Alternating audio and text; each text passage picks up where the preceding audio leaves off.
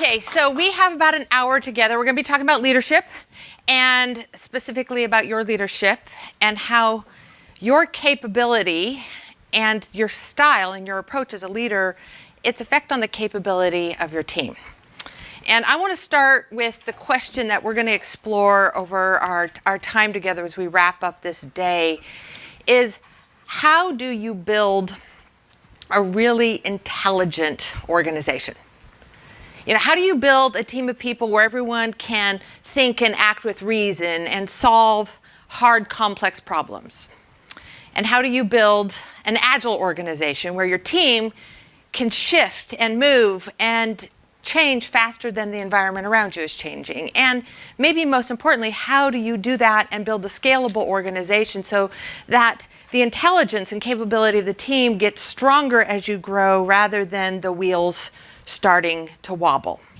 And maybe having to change out your players more often than you would need. How do you build a really, really intelligent organization? So I'm a researcher. I study and write about intelligence and leadership, and I want to share with you where some of my insights for this came from. And it came from joining what at the time was still just leaving its startup years and becoming like a high growth software organization. So I joined Oracle back in the late 80s, and it was there that I started to notice a few things. Number one is that there is latent intelligence inside of our organizations.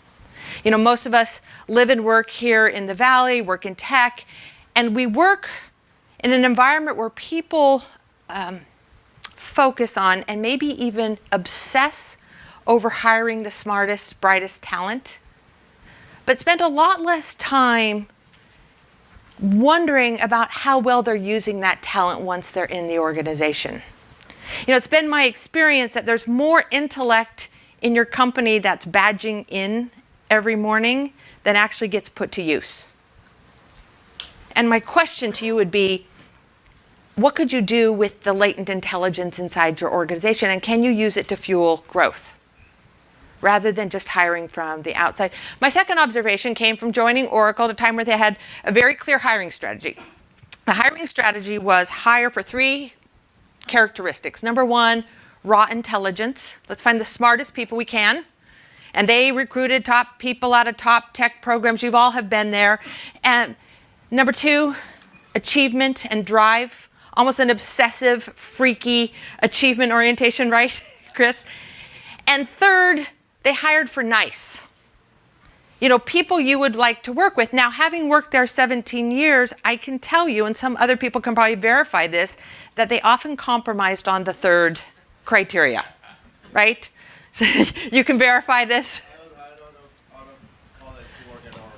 Yeah, and so you know the profile. So I landed in this organization of brilliant people. I felt like all of my colleagues were brilliant, and it's not like I felt like I didn't belong there, but I felt really lucky to work there.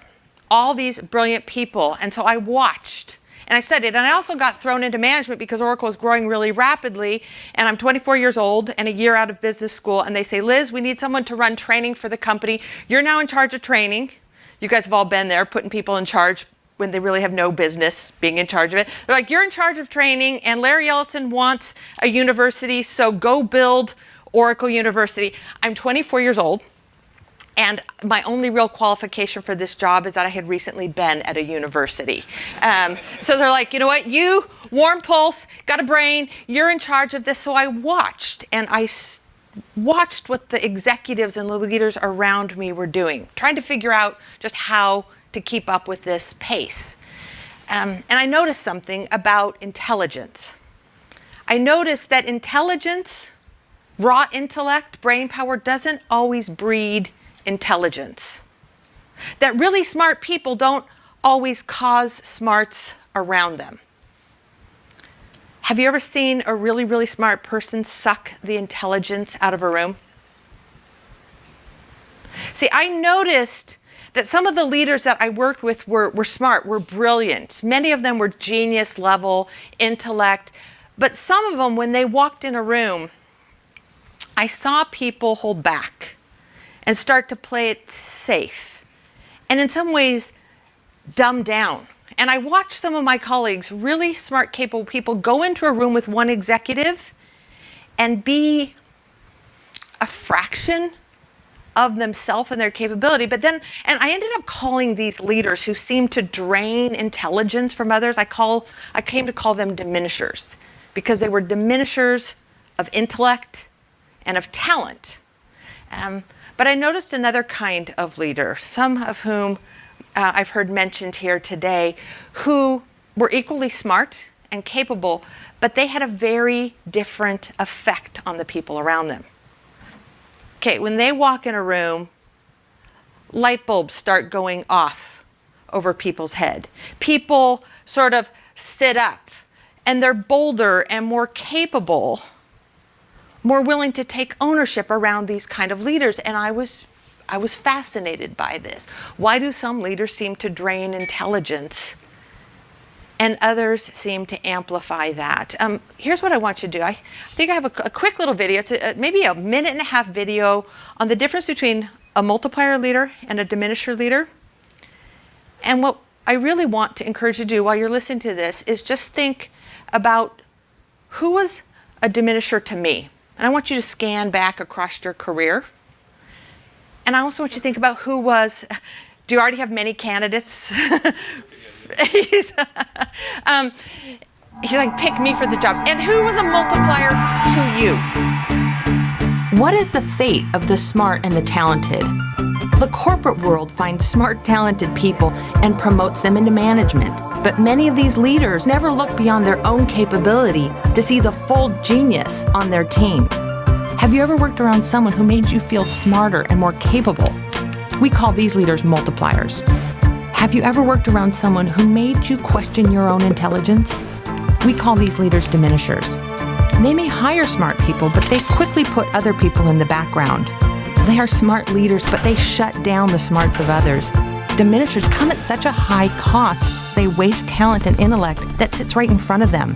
Organizations can't afford diminishers. Multipliers come from all walks of life, from corporate boardrooms to our schools' classrooms. They are leaders like Lut Ziob, Bill Campbell, Wangari Maathai, and many more. These people are real, and the way they lead can be learned and it can be developed. What would happen in your organization if you operated more like a multiplier?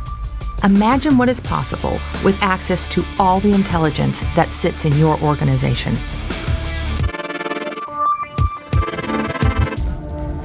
Okay, leader as multiplier, leader as diminisher. Now, I came on my long drive down here this morning. I thought of so many of these multiplier leaders I wanted to tell you about. And I've decided not to tell you about any of them.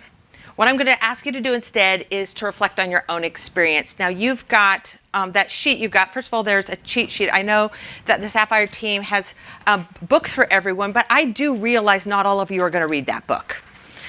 So I've just tried to sum that up in the front. But if you flip over to the second page, there's a set of questions. There's 4 questions. And here's what I want you to do. I want you to pick someone who was a diminisher to you. This is a leader who's surrounded by smart people, but problems aren't getting solved. Progress isn't coming easily or quickly.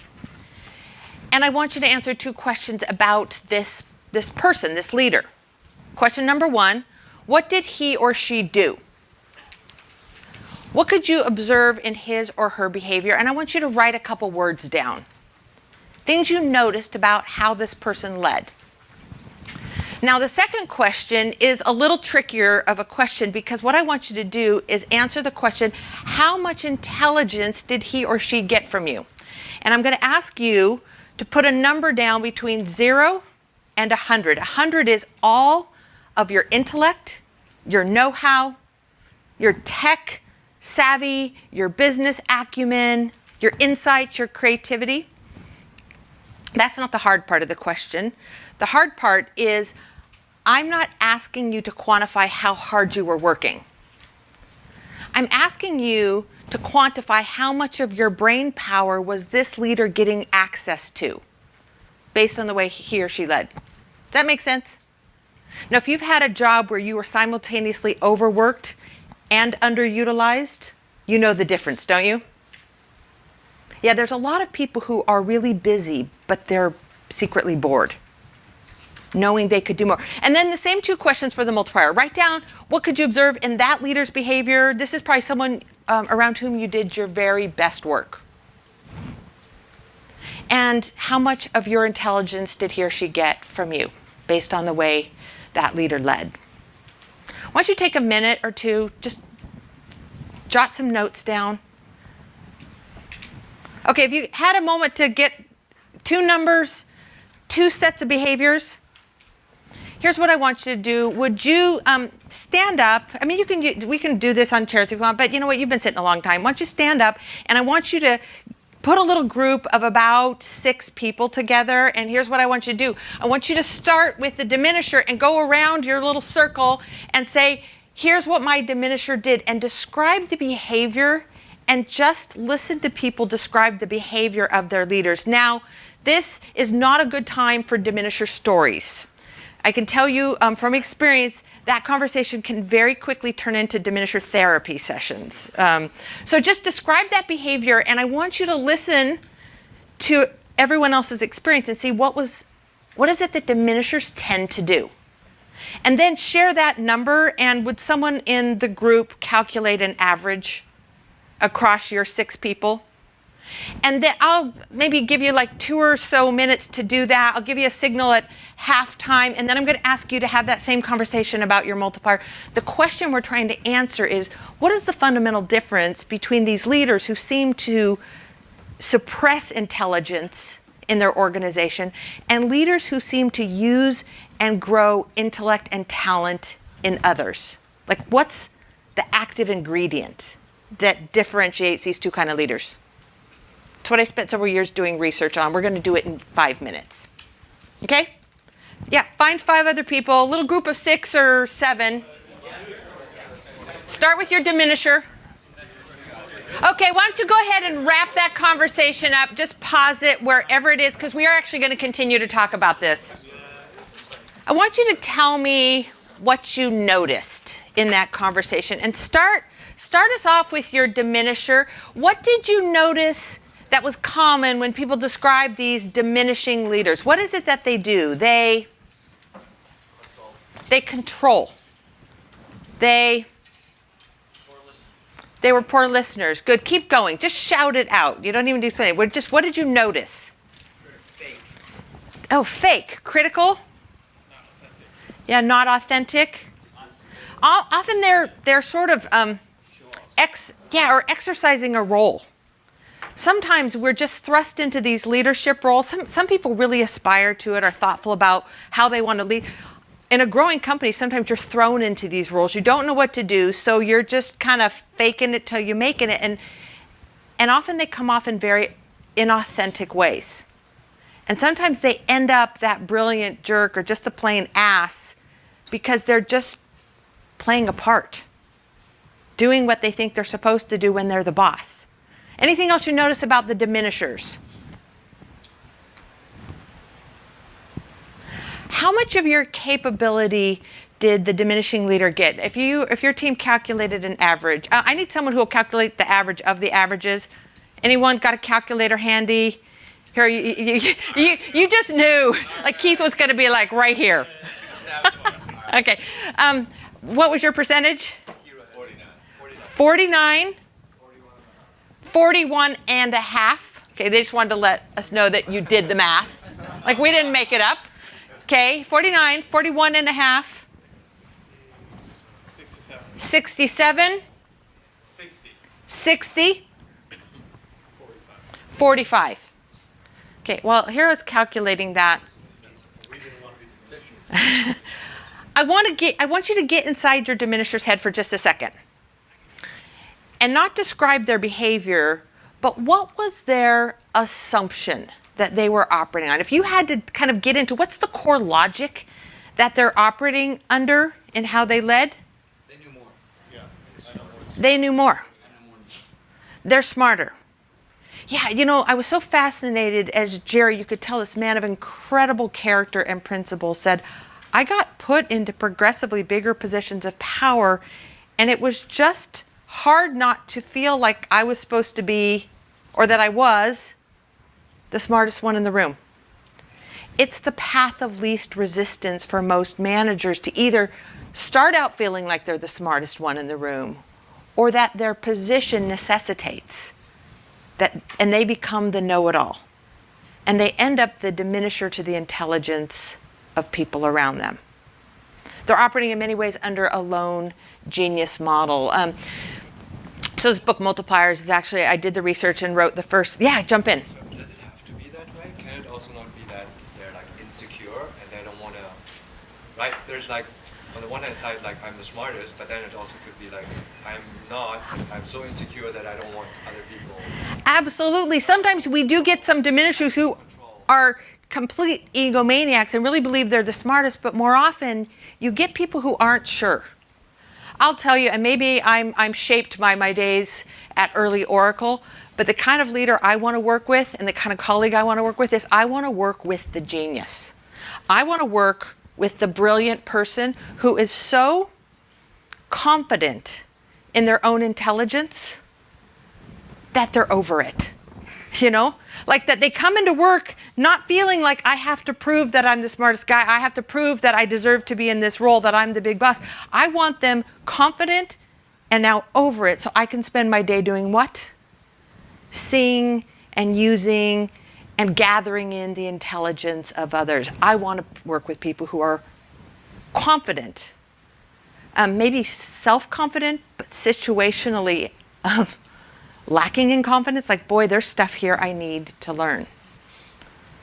Talk to me about your observation about the multiplier leaders, just even the 6 data points that you heard described. What did you notice that these multiplier leaders tend to do? Challenge. They challenge. Yeah, and it's a fun observation to come out of this group, because when I ask that question in most groups, here are the kind of answers I tend to hear. They empowered.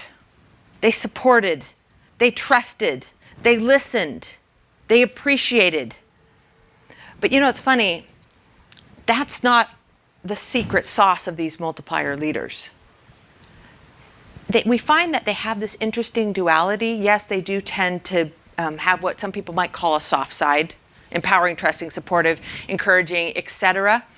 But they have a hard edge.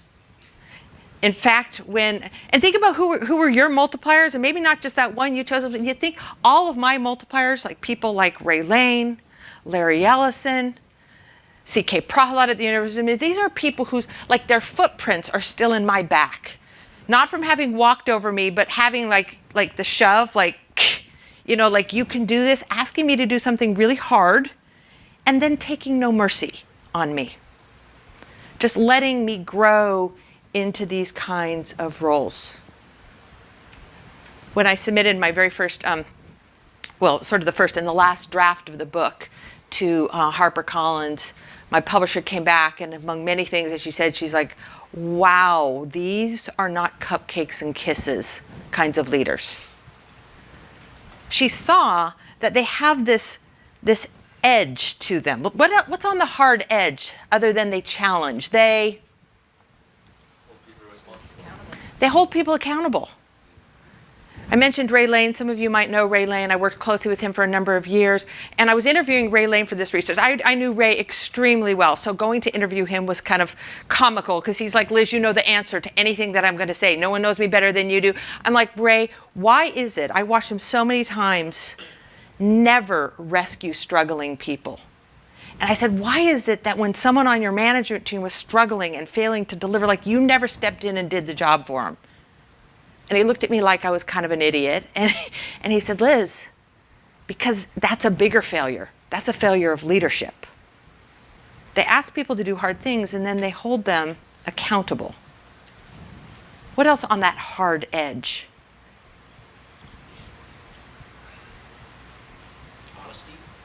Yeah, their honesty. And I heard someone say, like, man, they just gave me direct feedback, because they're not thinking of feedback as a performance evaluation or a damning judgment or even false praise. Feedback is what?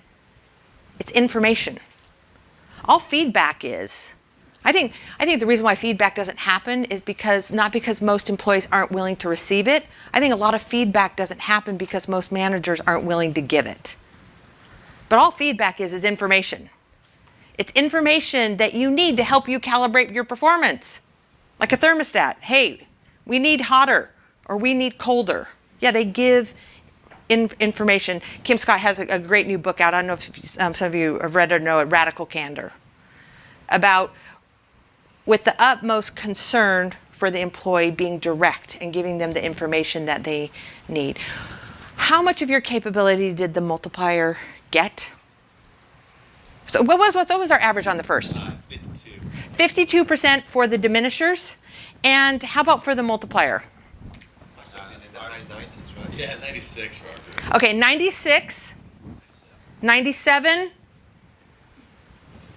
Semi cheated, 115. 115, okay, which is a really interesting average on a scale of 0 to 100. It's more than 100. There's synergy there. It's a multiplier. You know, it's interesting, when I was doing the research, I'm fairly quantitatively oriented. I'm doing the research, I define the scales, I define all the survey, and it's all like pretty. And I asked people on a scale of 0 to 100 to quantify how much of their intelligence, and I really was not looking for people to give me these answers like, I left it all on the field, ooh, I gave it the college try, I gave it 150%. Some people gave me that data, and of course I captured it and then did the only responsible thing with it, which is create a different column in my spreadsheet, truncate that at 100, and calculate my averages. And you can imagine, I was not particularly inspired by this. I was more annoyed at these aberrant data points. They were like messing up my analysis. And so I recalculated everything. It was later as a peer came along, kind of in a peer review process, and said, why did you do that? And I'm like, well, like I was kind of thinking, do I have to explain basic math, you know? And he said, don't you think there's a story in that? Don't you think people are trying to tell you something with these data points over 100? And I'm like, no, I'm measuring intelligence. And 100, I want, like, how much of your brain were they getting access to? I was pretty sure 100 was all. And what was the story? Because I became very convinced. What did people say? What would you imagine?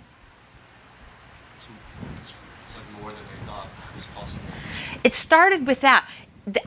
This person got more from me than I knew I had, more than I thought was possible. And then the story continued. People said, I grew so much working for this person that the scale changed. Like I actually got smarter and more capable. And I was actually, use that as the tagline for the subtitle for the book, how the best leaders make everyone smarter. Are you using all of the intelligence that's available to you as a leader, as a CEO? And are you growing it? It's critical as you scale your organization that the people around you are getting smarter faster than the organization is growing. What were the rest of the data points? So there was, so 115, you can decide what to do with that data point. 97, 96, 104? 94. Maybe like 95. Ours was a little fuzzy. 95. Well, here I was calculating that average. 99.4. Okay, so we had 52%, 99.4 plus or minus, depending on what we do with that 115. What does that tell you? Just even based on your, what is this, like 30 data points? I did this across a large body of people and data points. It's 2x. When I did the research, I found, and I'll share with you, I think I'm just going to share everything. What I found is done very conservatively without these terms diminishers and multipliers. These leaders were getting less than half of people's capability. These multipliers, 95 to the data point there. It's a 2x difference.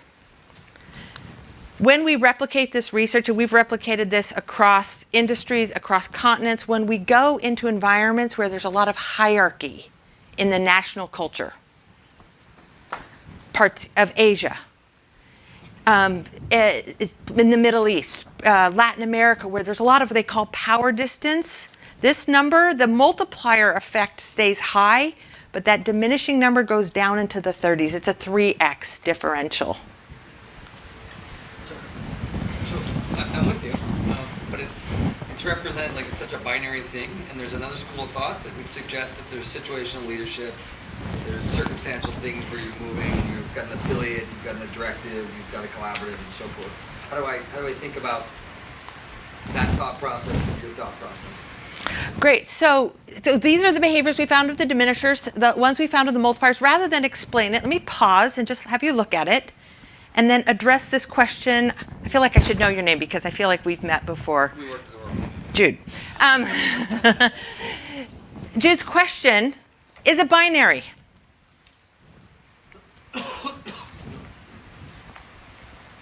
What questions, rather than me share an answer to that, what questions does this make you wonder about? If you're assessing the leadership of your organization, whether it's just you're looking at or your management team, what would this make you wonder about? How do they get the job? Yeah, why do diminishers tend to rise to the top often? Yeah, I spend a lot of time wondering about that. What else might you wonder about? Is it the culture of the organization? Is it like something that is just... Is it the culture? And can a culture have certain corporate or organizational values that actually incense diminishing behavior? Yeah, that's an interesting question. Size of the organization too, right? If you have to kind of maintain the status quo versus... Right. Size of the organization. Does it vary based on maturity of the organization? Is there a model that tends to lift a startup and start to get that momentum, but does that model need to change? We found it isn't binary. And let me share with you one of the most profound things we found. Wasn't that this 2x difference? What I've learned studying this over the last, I guess, about a decade now that I've been working on this, is I found that most of the diminishing that's done in our organizations, be they startups or large corporate environments, is done not by the empire builder, tyrannical, know-it-all, decision maker, micromanager. It's not done by that brilliant jerk. Most of the diminishing is coming from what I call the accidental diminisher. The well-intended leader, the person who values people, who's trying to build a culture of talent, as I think Dean referred to it earlier today. What I want to do, we've got about 20 more minutes together. I really want to pose this question to all of us. I think about this question all the time. How might each of you, with the very best of intentions, be having a diminishing effect on your team, causing the people around you to slow down, shut down, play at less than their full game, all the while seemingly doing and saying all the right things?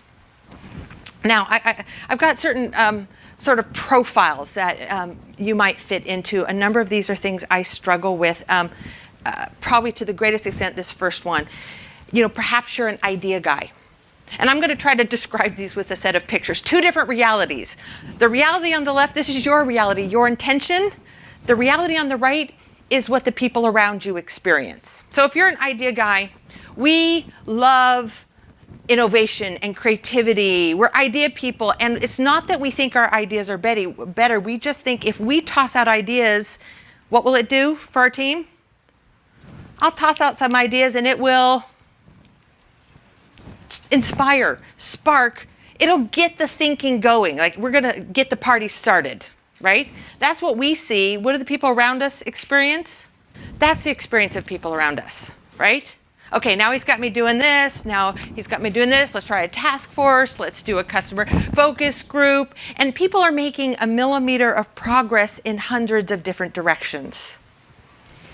He's like, yep, I do that. Or what about the always-on leader? This is the charismatic,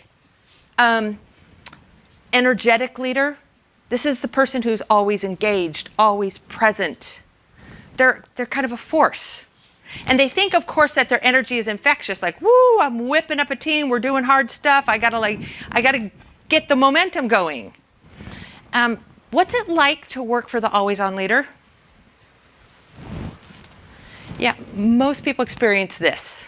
Like, you're killing me with this energy. What do you do when the always on leader or colleague comes down the hallway toward your office? You hide, you duck, because these are people that we avoid making eye contact with, right? For fear that we might activate them. Because once you get them going, it's like one of those motion sensing lights. Like, I don't know how to get this thing to turn off. It's just on. These are people who lack an off switch, and other people tend to shut down around them because they're taking up all the oxygen in the room. Or what about the rescuer? This is the warm leader. This is the person that likes people, that doesn't like to see people struggle or suffer, make mistakes or fail. But what happens when the leader is helpful too early or too often? What's it like to be on the receiving side of the rescue? Of course, the rescuer thinks they're doing something heroic, saving the day, saving that person's career, saving the company. What's it like on the receiving end? I think it looks more like that. A sense of helplessness.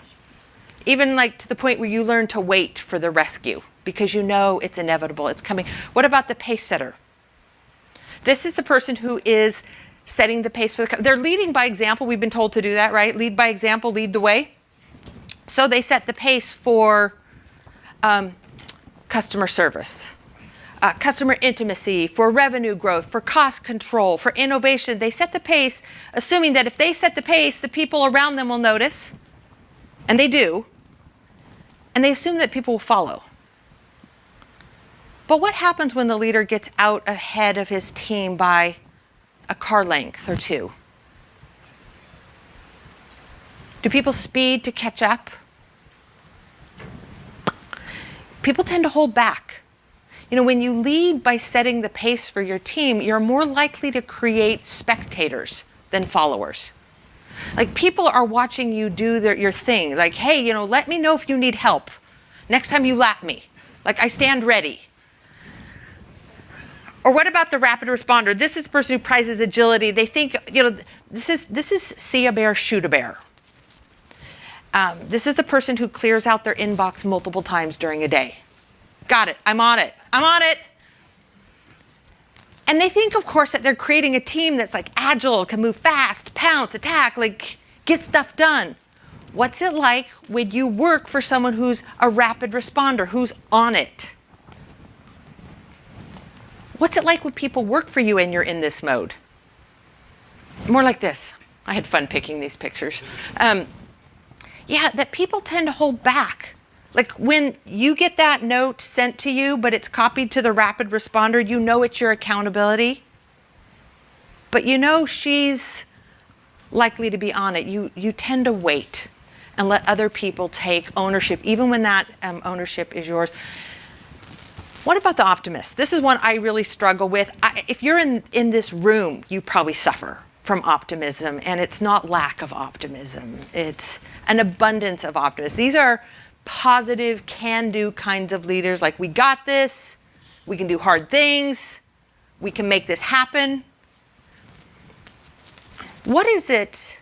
I'm a hopeless optimist, constantly seeing possibilities and what can be done. It wasn't until my team helped me see how diminishing that was. I'm like, how could that be diminishing? Like, I believe in us. Like, I think we can do hard things. Or like, yeah, we can do hard things, Liz. We need you to stop saying that. Why?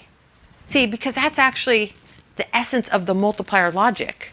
The assumption that multipliers tend to have is that we're smart and we're capable. I said, how could that be diminishing?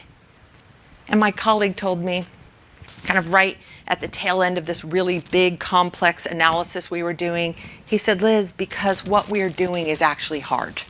It's hard. And as my boss, I need you to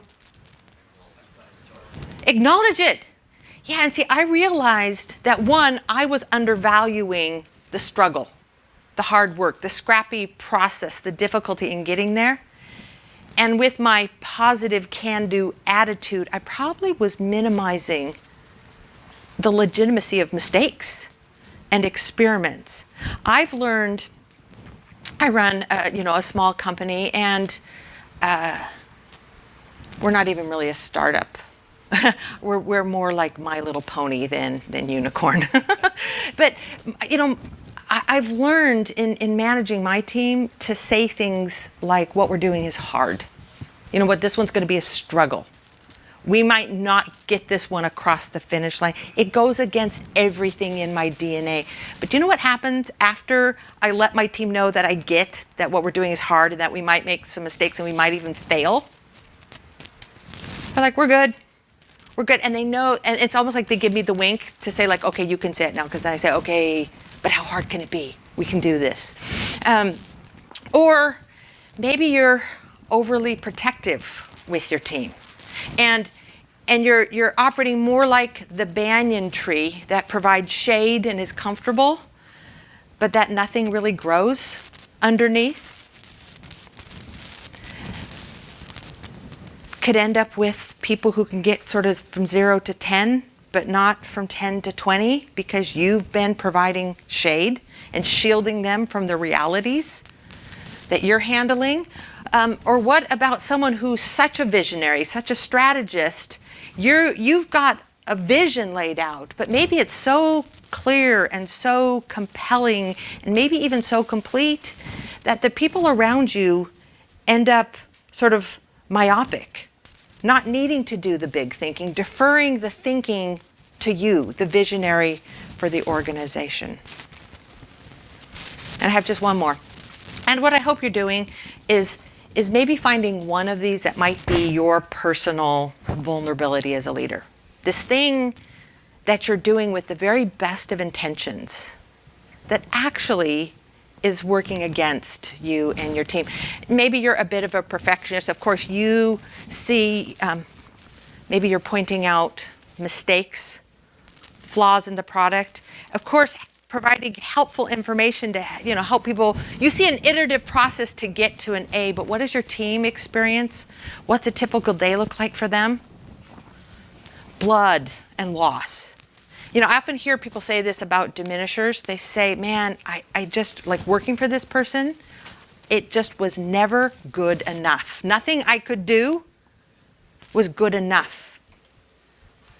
Sometimes holding out for a 100% solution that people end up half-heartedly committed to doesn't get you as far as a 90% solution that people are 100% behind. So my question is, what might be your vulnerability? There's a second sheet there, and on that sheet I've tried to sum up two things. It lists these 9 accidental diminisher tendencies. Those are the columns. And I'd invite you to just circle one. What do you think might be your vulnerability?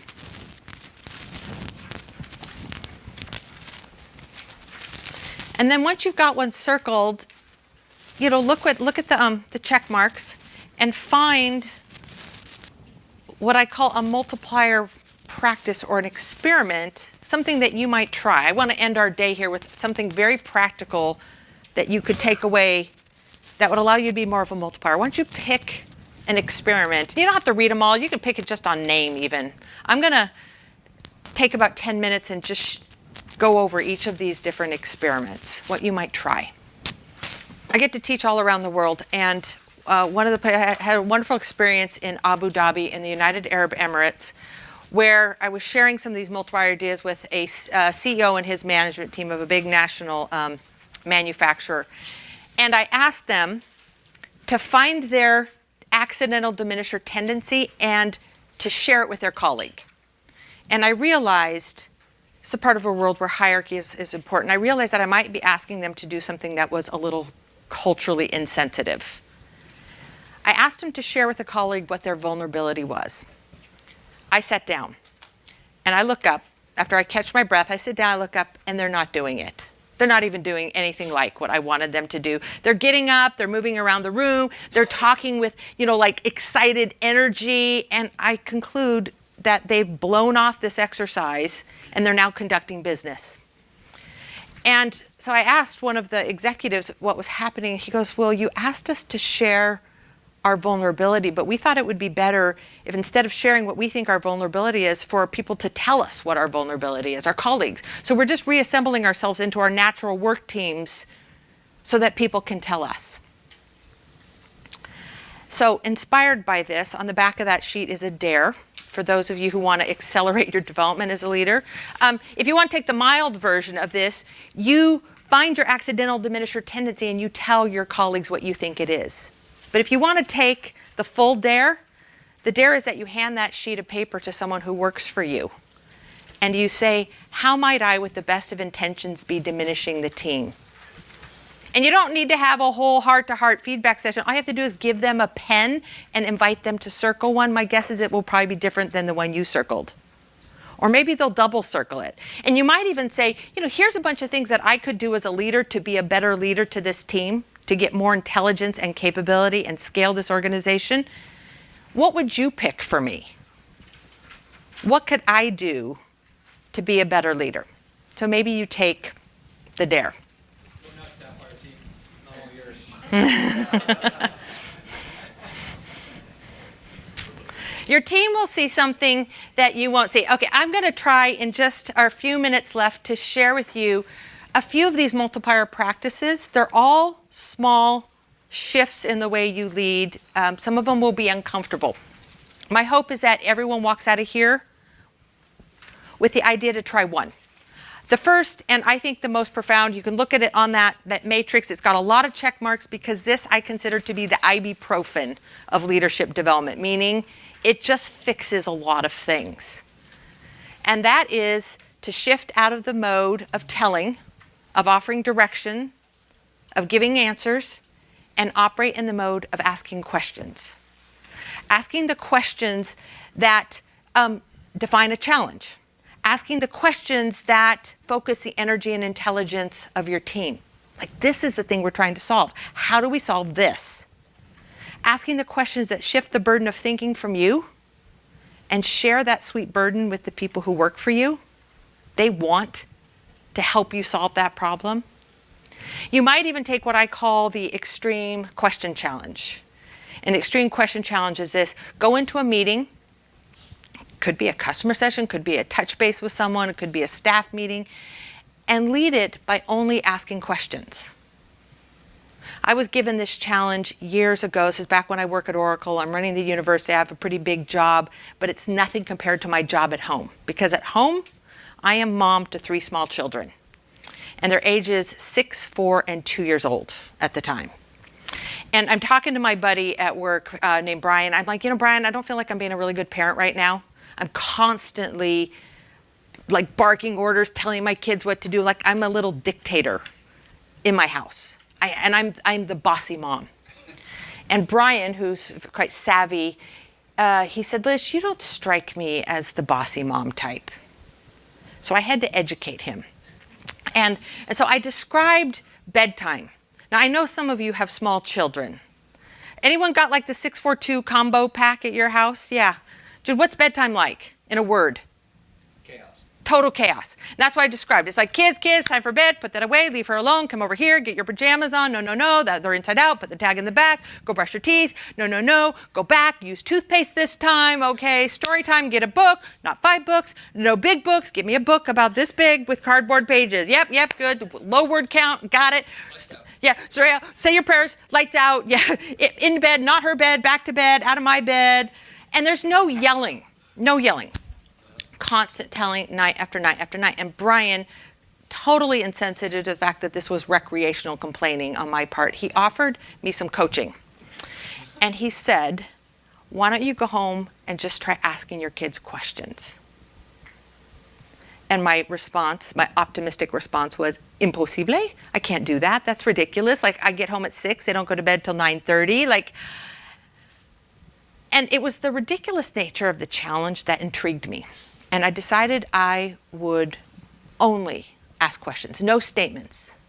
It changed, not only changed me as a parent, it changed me as a leader forever. It really fundamentally rewired something in me because I decided, okay, if I only have questions, I have a job to get done here, them in bed before I pass out, and I only have questions. Like, what would you ask first? I started with, kids, what time is it? It turns out they knew because we were going to bed at pretty much the same time every night. Like, they're seeing the sun go down and it get dark, and they're like, it's bedtime. What do we do first? Where do those toys go? Who needs help getting their pajamas on? Who's going to be the first to get their teeth brushed? Okay, what story are we reading? Whose turn is it to pick the story? Who's going to read the story? And I'm pointing to their father at that point, going, pick dad for this job. And then the last question was, okay, who's ready for bed? And now suddenly the chaos becomes a contest.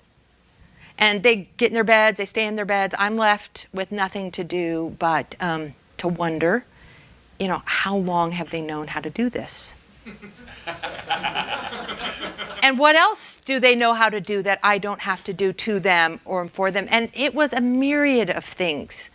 See, I learned that when I asked the question, other people found the answer. I kept it up for 3 nights, and about night 3, I thought, I bet my management team at Oracle do not need me telling them what to do. They're really smart. What they need from me is an intelligent question. Okay, so that might be one of the fundamental shifts that you take. Maybe you take the extreme question challenge. Or maybe if you already ask a lot of questions, maybe you learn to ask better questions you don't have answers to. Not gotcha questions, true discovery questions. Or maybe if you're prone to always on, anyone here prone to always on? Maybe you take the poker chip challenge. I gave this to an executive at SAP several years ago. He made the mistake of saying to me, Liz, I've got this, he's pulling his whole global team in from around the world. It's a 2-day strategy summit. And he said to me, I really want my team to step up and own the strategy. Now, he was blessed with the gift of gab. And so I said to him, are you willing to play a different role? And he was. And I gave him 5 chips. I can only hold 4 right now. But I gave him 5 chips and said, each one of these represents something that you would say or contribute in the meeting. And I put numbers on them because I'm just that kind of gal. I was like 120, 90, 60, 45, and 30. And he gets what those are time units. And he's like, those are minutes, right? I said, no, those are seconds. He said it was the hardest thing he's ever done. I was in that meeting with him and I watched him and I can testify it was the hardest thing he's ever done. He says the best thing I've ever done in my career because, the best leaders know when it's time to be big and they know when it's time to be small. To ask a big question, to open a meeting, to offer an idea, and then to create white space and a vacuum for your team to step up. Maybe you dispense your opinion in small but intense doses. You name the genius of people on your team. See, we found that the multiplier leaders tend to be talent magnets. People, they don't just scout talent, they don't just hire good talent. People actually flock to work for them. And we know, and certainly in this valley, we know who are the go-to, the people you want to work for, not only because they tend to deliver success and they breed success around them, they grow other people. And the reason they're talent magnets is because they use people's genius, not just their skills and their CV. They understand people's native genius, the thing they do easily and freely, the thing that they're going to do whether you want them to do it or not. And they find it, and then they put it to work at the biggest, hardest problems. So maybe you do this across your management team. You could do it quietly, sitting in your office, just contemplating each of the people who work on your management team. You could do it as a team. And if you want help with that, I'll hang out or call me, and I'll tell you how to do that as a team. Every team I've seen do this, it's the most valuable thing we've ever done as a team, is to go around that circle and spend some time talking about the unique genius that each person brings and how we're going to use it to its fullest and harvest everything that we can from that person's intelligence. Or if you really want to take the challenge, the person inside your company or your management team that you can't quite figure out their genius? The person who feels like a problem to you. Maybe they're the person that has to go, but maybe they're the person that can't go and you need them. But you have to figure out how to better leverage them. Someone who feels like a little bit of a problem. I mentioned I have 3 kids. I actually really have 4 kids. And I just realized that probably sounds like my husband is the 4th. No, I really legitimately have 4 kids. And 3 of them have this wonderful sense of adventure. And I've learned a lot about leadership from my kids, and I think it's because it's the ultimate test of leadership, because you don't get to say to your kids, oh, you're a great 0 to 10 kind of contributor, but we need someone different as we go from 10 to 20. Like, I'm going to have to bring in a different teenager here, like one that can get us where we need to be as a family. Like, you get what you get, right? And you've got to make do. So I've learned a lot about pure leadership from being a parent. So I have 3 kids who have this wonderful sense of adventure. They love roller coasters and like jumping off bridges into like icy rivers. They love all that stuff. And then there's my 4th. He's actually my 3rd. And his name is Christian. And it's not that he doesn't have a sense of adventure. It's that he's a kid who has no sense of fear. Just absolutely no sense of fear. Do you all know someone like that? It's like he was born without the fear gene, and there are actually legitimately people who don't have this gene. He lives by the motto, think it, or make it, clean up the mess, never. See it, climb it, figure out how to get down, never. Like, he just charges at dangerous things. He's drawn to danger. And here's an example of just one of his little, everything of value in our house gets absconded into one of his adventures or creations. Here's a picture of his man fort. It's where we find our loose hardware and camping. This problem with his man fort is not what is in there. The problem is where it is. That's our roof. It's about 30 feet up. So as his mom, it's very easy for me to look at this kid and see him as what? Pain in the ass. Thank you. We're short on time, so we're just going to stop. Total pain in the ass. There's a problem. There's an accident waiting to happen. Like, our neighbors won't even let their sons come to our house. Like, they knock at our door, and I invite them in. They go, no, we can't come into your house. I'm like, why not? And they're like, it's too dangerous in your house. Christian lives there. And so for years, I saw him as someone who had to be managed, a problem. And I decided 2 years ago I was going to take a very different approach to my son. That I was going to look at him. He also uses that as a driving range. The neighbors find golf balls everywhere. That I was going to look at him and see him only for what his brilliance was. Like, what does his mind do? What is it built to do? What does it do naturally, easily, and freely? And I see him as an explorer. How else do you think I see this kid? He's 18 now. He just finished the John Muir Trail, 211 miles, solo. I see him as fearless, bold, an entrepreneur, an innovator, a problem solver, and I truly have come to see him differently. So maybe there's someone on your team who feels like a problem to you, and you figure out what is their genius, and then you let them do it. And find ways to channel it. Maybe instead of telling your team to innovate, fail forward, all that stuff, maybe the most helpful thing you can do to liberate your team to do their best work is to be honest and say, there are parts of our business where it is really not okay to fail. And I'm going to be really clear about where those are. But there are parts of our business where it's safe to experiment, and let me define those. Like the team at Banana Republic, when they went through this exercise, they came down, they looked at all the parts of the business where it wasn't okay to fail, everywhere where it was. The president summarized it and said, you know what? December. We don't get to fail in December. That's where we bring in our money. 11 months out of the year, take risks, try new product, innovate, but not in December. That's where we bring in the numbers. And I think I just want to offer one last thought, is to offer bigger challenges to people. When you're growing a company and you're busy, it's easy to dole out work and tasks. And even as you grow, it's easy to start to define jobs that could end up boxing people in. And I want to invite you to think about offering people bigger challenges, bigger stretches. I brought my rubber band here, and I was wondering, is there someone who's willing to play the role of challenger with me? And I should say, in full disclosure, it involves a rubber band stretched really tight.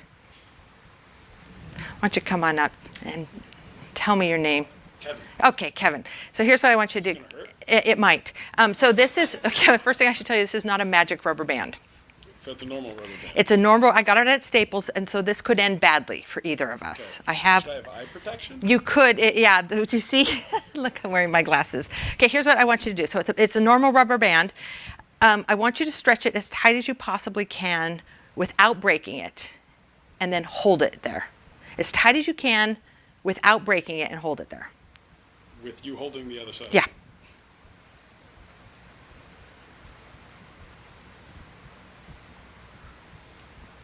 Okay, pause for a second. Are we there yet?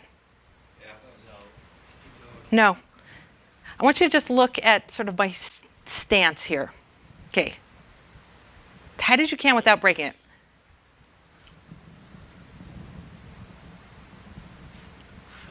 Yes. A little tighter. Oh, okay, that's good. That's good. No, as tight as you can without breaking, and then just hold it there. Okay, we're there. If he, as the leader, the CEO, the challenger, does not move, what are my options? Because I can't stay like this for very long. Let go. I can let go. And some people do. When you size the challenge too big, it breaks. Sometimes you break people, and sometimes people just let go. They quit and stay. They still show up at your meetings, but they're not like, what is my other option? Yeah. I move toward him, which represents delivering, executing, figuring it out, learning, contributing, doing the hard thing, to which Kevin, as my boss, would acknowledge that by saying, Thank you. that works. I mean, I was expecting a little more exuberance, but I'll take that. And then what does he get to do? Wait for the next year to dole out a new sales quota?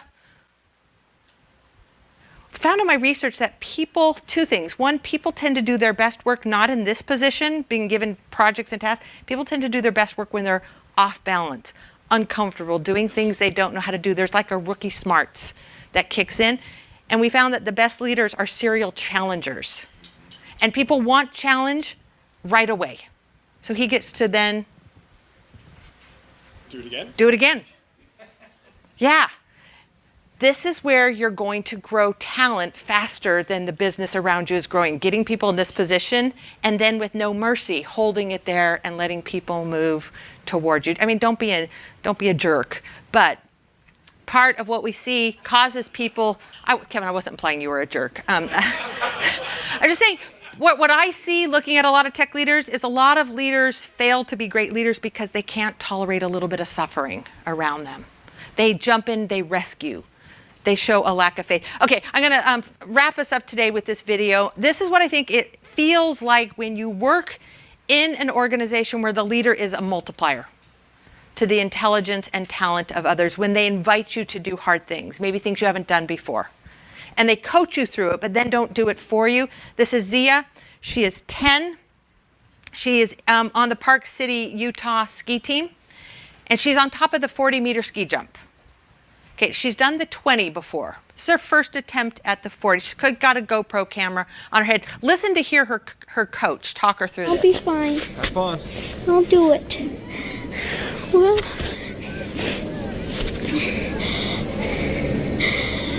here goes something, I guess. Oh, okay, you can do this. I'm gonna jump. You got it. Whoa, my ski's slipping off. Just remember, never snowplow, okay? No snow plows. Keep it straight and you'll be fine. Do the Okay. same thing you do on the 20. Straight. Do you go faster on the in run? Little bit. A little bit? Yeah. Is it any steeper, do you think? Not much? Same steepness, it's just longer. Well, just longer. Just longer. Just a bigger 20, that's all. Yep. Have It's a fun. bigger 20. Go ahead. You got this. I got it.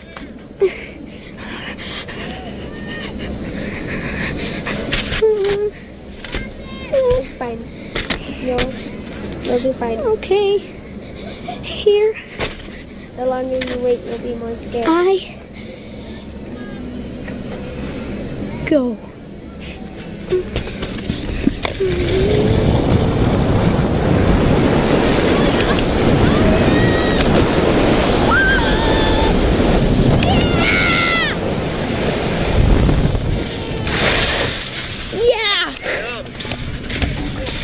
Easy, huh?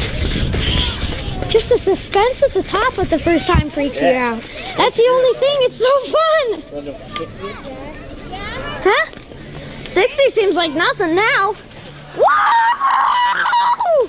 You know, it's been my observation studying leadership is that when you lead, when you become the multiplier to the team, people give you their best thinking. They do their best work for you, and you build this deep, you don't have to cheerlead your organization because you've built a deep belief that the next hard thing just feels like, you know, just a bigger 20. That's all. When I finished the book, I was gathering up some endorsements. It was my first book, and so I needed, you know, some nice endorsements. I asked John Doerr if he would write, if he'd consider reading the book and maybe write an endorsement. He read it, said he loved it, and offered this endorsement. And it said, it's on the back of the book, it says, what does every successful CEO and CFO have in common? They're multipliers. And I was grateful that he wrote this, but I was terrified when I read this because I looked at that and said, I can't put that on the book. That's not true. I know a lot of successful diminishers, like, don't we all? And so I'm like, what do I do about this? And then the author in me kicked in. I said, well, I'll just edit his endorsement so it's true-ish, you know. And so I kind of did some nice massaging of that. I felt very good about it. Of course, I sent that back to John for his approval, and he read it and he said, and I will never forget this, he said, Liz, it's been my experience having taken a number of small founder-led companies and helped grow them into large, successful, sustainable enterprises is that the only ones that make it in the end are led by multipliers. And then he writes, my endorsement stands as is, John. And I think it helped me see that you might be able to start a company with genius, but to scale a company, you need genius makers, either the CEO or the whole management team. It is the only sustainable way to grow a brilliant company. Thank you for letting me be here. Thank you for letting me go a little bit over time. And